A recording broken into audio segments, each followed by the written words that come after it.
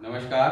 आज हम बात करने वाले हैं राहु देव के कुंडली के 7वें घर के बारे में। 7वां घर जहां पे कालपुरुष कुंडली के हिसाब से 7 नंबर की राशि आती है। जो लोग फर्स्ट टाइम वीडियो देख रहे हैं उन्हें जानकारी के लिए बता दें कि कालपुरुष कुंडली और वैदिक एस्ट्रोलॉजी की कुंडली में क्या अंतर है। इसके बारे में स्टार्टिंग की वीडियो में डिटेल में जानकारी दे दी गई थी। पूरा अलग से सेपरेट वीडियो है जहाँ बताया गया था कि कालपुरुष कुंडली क्या है और वैदिक एस्ट्रोलॉजी पे बेस्ड जो कुंडली होती है वो क्या होती है। हमारे पास जो घरों में कुंडली अवेलेबल होती है वो वैदिक ज्योतिष पर आधारित होती है। उसके अंदर आपका कुंडली के 12 ही घरों में अलग अलग राशियां होती हैं। जैसे यहाँ पे हमने जो कुंडली ली है वो मेष लगन की ली है, 1 नंबर की राशि लगन में लिखी गई है। पर आपके पास जो कुंडली होगी उसमें लगन के अंदर कोई भी राशि हो सकती है। मेष भी हो सकती है या 1 से 12 से लेकर कोई भी राशि लगन भाव में हो सकती है और उसी के आगे क्रम में और राशियां मूव करती दिखाई देंगी।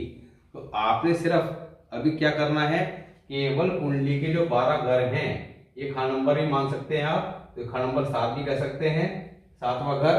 तो 7वें घर के अंदर राहु की स्थिति के बारे में समझना है कि अगर आपकी कुंडली के अंदर राहु देव बैठे हैं और किसी भी राशि में बैठे हैं, अगर यहाँ पे देखिए राशियों की इंपॉर्टेंस मैं आपको बता देता हूं कि अगर 7वें घर में राहु देव अशुभ यानी कि किसी शत्रु ग्रह की राशि में बैठे हैं या आपका नीच की अवस्था में है, तब यहाँ पे जो फल बताए जा रहे हैं उन फलों में और ज्यादा बढ़ोतरी देखने को मिलेगी। जो खराब हालत के फल बताए जाएंगे। और अगर शुभ राशि में बैठे हैं तो निश्चित तौर पर कुछ कमी देखने को मिल सकती है, पर खराब फल देखने को अवश्य मिलेंगे। तो यहाँ पर राहु को आपने 7वें घर के अंदर कंसिडर करना है। तो यहाँ पर आपने कंफ्यूज नहीं होना है, सिर्फ ये चेक करना है कि प्लैनेट की पोजीशन कौन से हाउस में है और दूसरा प्लैनेट कौन से हाउस में बैठकर उसे इफेक्ट दे रहा है। तो चीजें आप समझ पाएंगे और उसी के अकॉर्डिंग यहाँ पर रेमेडी बताई गई है, उन रेमेडीज को करके ठीक करना है। तो 7वें घर के अंदर राहु आप जब बैठे होंगे तो 7वां घर किसका है? हमारी गृहस्थी का, हमारे लाइफ पार्टनर का, हमारी पार्टनरशिप का। तो 7वें घर के मालिक ग्रह कौन हुए? शुक्र। शुक्र कुंडली के अंदर 2nd हाउस और 7th हाउस 2 घरों के मालिक हैं। 2nd हाउस इसका है परिवार का, धन का, और 7वां घर क्या है? गृहस्थी का। तो शुक्र को क्या कहा गया है? माता लक्ष्मी। साथ ही इस घर के कारक कौन है? बुध। 7वें घर के मालिक शुक्र और कारक बुध। अब राहु बुध के मित्र हैं और शुक्र के कट्टर शत्रु। तो शुक्र के घर में राहु बैठ के किस तरह का फल देंगे, क्योंकि बुध को सपोर्ट करेंगे और शुक्र के फल को खराब करेंगे। यहाँ पे आज हम बात करेंगे राहु के शुभ अशुभ हालात, क्योंकि यहाँ पे बैठ के राहु जो है आपका शुभ हालात में हो या अशुभ हालात में हो, गृहस्थी शुक्र के फल को खराब ही करेंगे। तो यहाँ पर आज आपने बड़ी बारीकी से समझना है, क्योंकि राहु अगर 7th हाउस में है तो बहुत ज्यादा खराब स्थितियां पैदा कर देते हैं जीवन में। तो यहाँ पर अगर आप टाइमली जो रेमेडी बताई जाएंगी वो रेमेडी कर लेते हैं तो निश्चित तौर पर चीजों को आप ठीक कर पाएंगे, बैलेंस कर पाएंगे। तो 7वें घर में राहु से पहले हम कुंडली के लगन भाव से लेकर आपका कुंडली का 6th हाउस के अंदर 6 घरों में राहु के शुभ और अशुभ हालात के बारे में बात कर चुके हैं। अब 7वें घर के राहु के लिए क्या कहा है? चंडाल, लक्ष्मी का धुआं निकालने वाला, यानी कि चंडाल मतलब बुरा, लक्ष्मी का धुआं निकालने वाला। लक्ष्मी क्या है? शुक्र को लक्ष्मी कहा गया है, शुक्र के फल को खराब करने वाला। अब सबसे पहले बात करते हैं क्या कहा गया? खुद तुला राशि, यानी कि 7वें घर में तुला राशि आती है। तो खुद तुला राशि का नंबर 7, दोनों पलड़े, मसनूई सूरज। अब यहां पर इस बात को समझिए कि मसनूई सूरज, देखिए जो मसनूई प्लैनेट का वीडियो बनाया था वो अपने आप में बहुत ज्यादा इंपॉर्टेंट वीडियो है और उस वीडियो के अंदर आप जाके समझ सकते हैं कि मसनूई प्लैनेट की इंपॉर्टेंस क्या है और वो आपको घरों को आइडेंटिफाई करने में किस तरह से मदद करते हैं। क्योंकि कई बार आप कुंडली में देखते हैं किसी का चंद्रमा 4th हाउस में, शनि 10th हाउस में है, आपका शुक्र 7th हाउस में है, तो आप कहेंगे कि ये तो आपका मालवीय योग बन रहा है।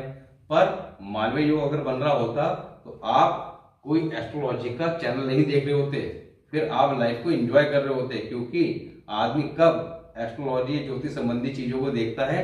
जब जीवन में कोई ना कोई परेशानी फेस करता है तभी किसी एस्ट्रोलॉजर के पास आता है। यहाँ पर जिस व्यक्ति की लाइफ के अंदर भगवान सब कुछ देता है, ऐशो आराम, पैसा, धन दौलत, तो वो जीवन को आराम से व्यतीत करता है, एंजॉय करता है। तो यहाँ पर अगर फल नहीं मिल रहा है तो मसनूई प्लानिंग को कंसिडर करना होता है और चेक करना पड़ता है कि कमी कहाँ है।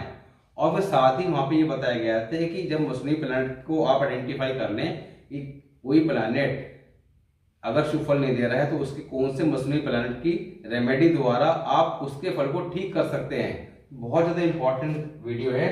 तो वही बात यहाँ पर आ जाती है कि खुद तुला राशि खंड नंबर 7 दोनों पलड़े मसनूई सूरज गृहस्थी हालत इस बात करती है कि यहाँ पर बुध इस घर के कारक हैं और शुक्र क्या है, मालिक।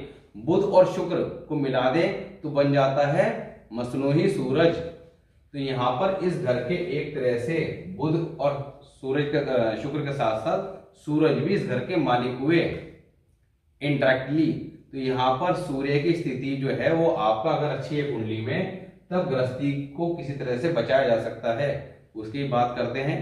तो ये पॉइंट लिखा गया है। साथ ही नेक्स्ट पॉइंट क्या है, औरत के टेबे में तलाक, जुदाई, मंदी हालत में वगैरह होगी अगर यहाँ पे राहु की, अब जैसे हम बात करेंगे शुभ हालत और अशुभ हालत, अशुभ हालत में है तो अगर लड़की के कुंडली के अंदर राहु 7वें घर में है तब ऐसे में तलाक के योग बनेंगे या जुदाई के योग बनेंगे।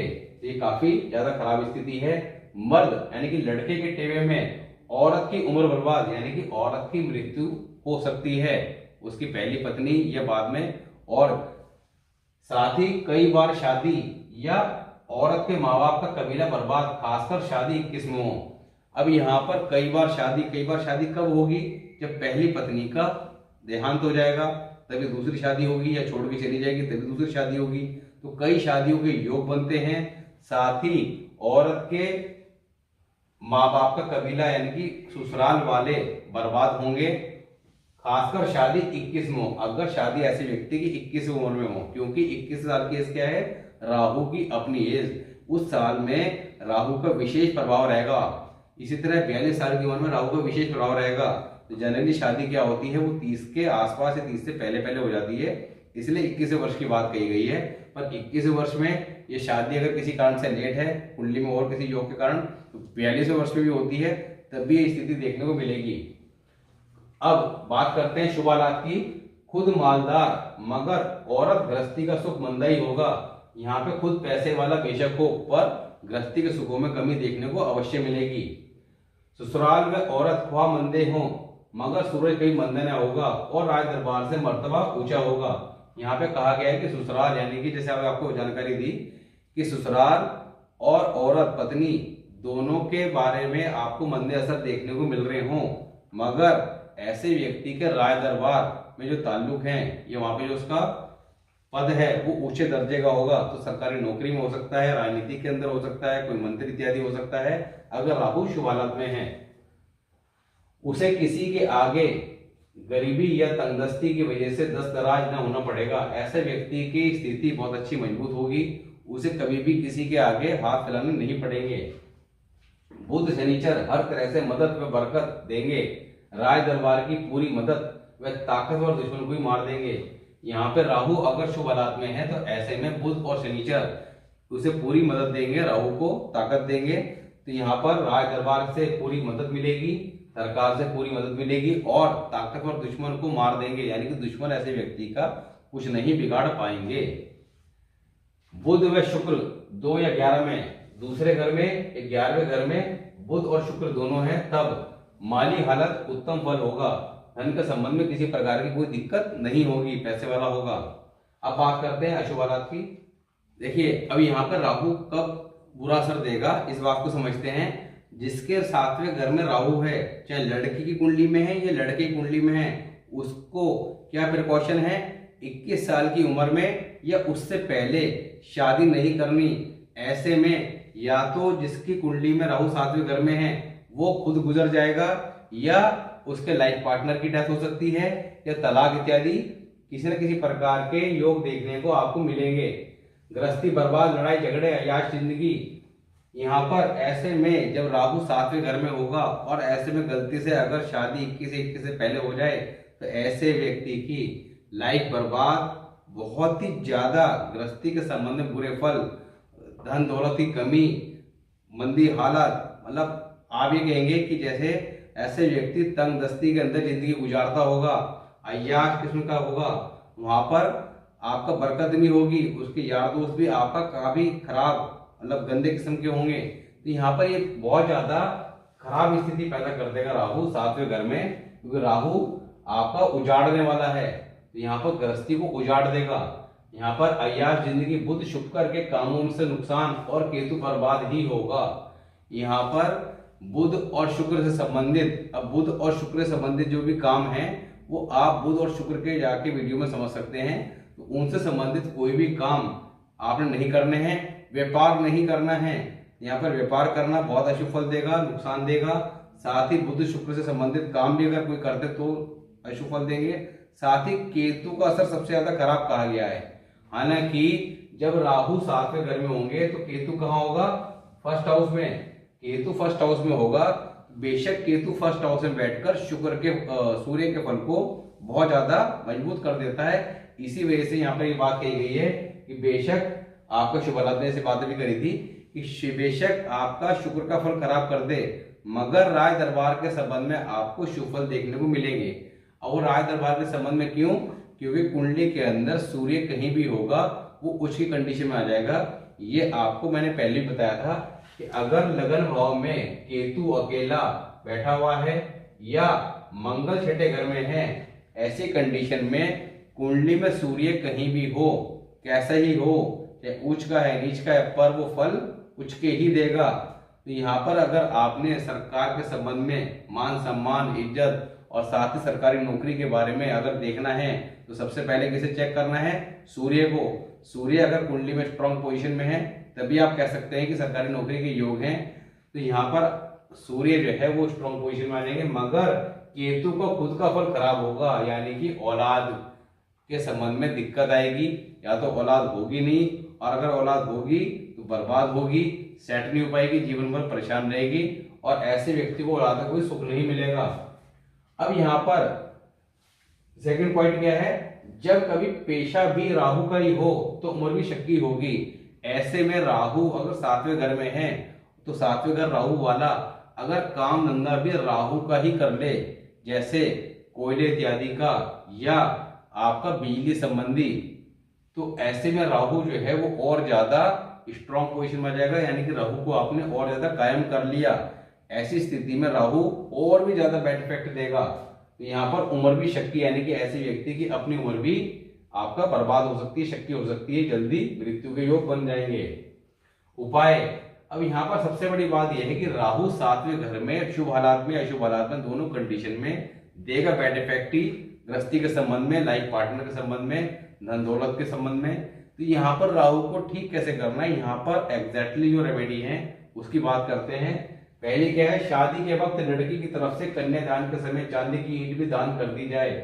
अब यहाँ पर देखिए, जब शादी हो तब ऐसे में लड़की, अब मान लीजिए किसी बच्चे कुंडली में 7वें घर में शुक्र है और राहु है, अब उस राहु को आप बदल तो सकते नहीं, पर आपने अगर टाइमली उस बच्चे की कुंडली को देख लिया तो आप उस बात को ध्यान में रख सकते हैं। और उसकी शादी के समय पर 2-3 चीजों को आपने ध्यान रखना है। क्या? 21 साल से पहले शादी नहीं करनी, ना 21वें साल में करनी है, उसके बाद ही करनी है। दूसरा, कुंडली के अंदर और जगह और प्लैनेट की पोजीशन को चेक कर लेना है जहां पर मना किया गया है कभी कि 25वें साल में शादी नहीं करनी या 24वें साल में नहीं करनी, तो उन सालों को छोड़कर बाकी आप कभी भी शादी करें। साथ ही शादी के वक्त जब कन्यादान करें, अब ये चाहे लड़की कुंडली में हो या लड़की कुंडली में हो, इसमें कंफ्यूज नहीं होना है। अगर लड़के की कुंडली में है तब भी, लड़की की कुंडली में तब भी, दोनों ही कंडीशन में।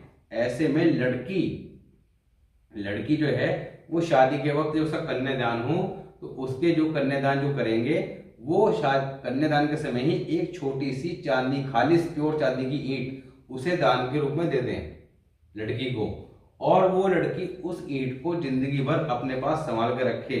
तो ऐसे में यहाँ पर राहु जो है वो आपका कंट्रोल हो जाएगा और किसी तरह के अशुभ फल नहीं देगा, अन्यथा गृहस्थी को ये निश्चित तौर पर बर्बाद कर देगा।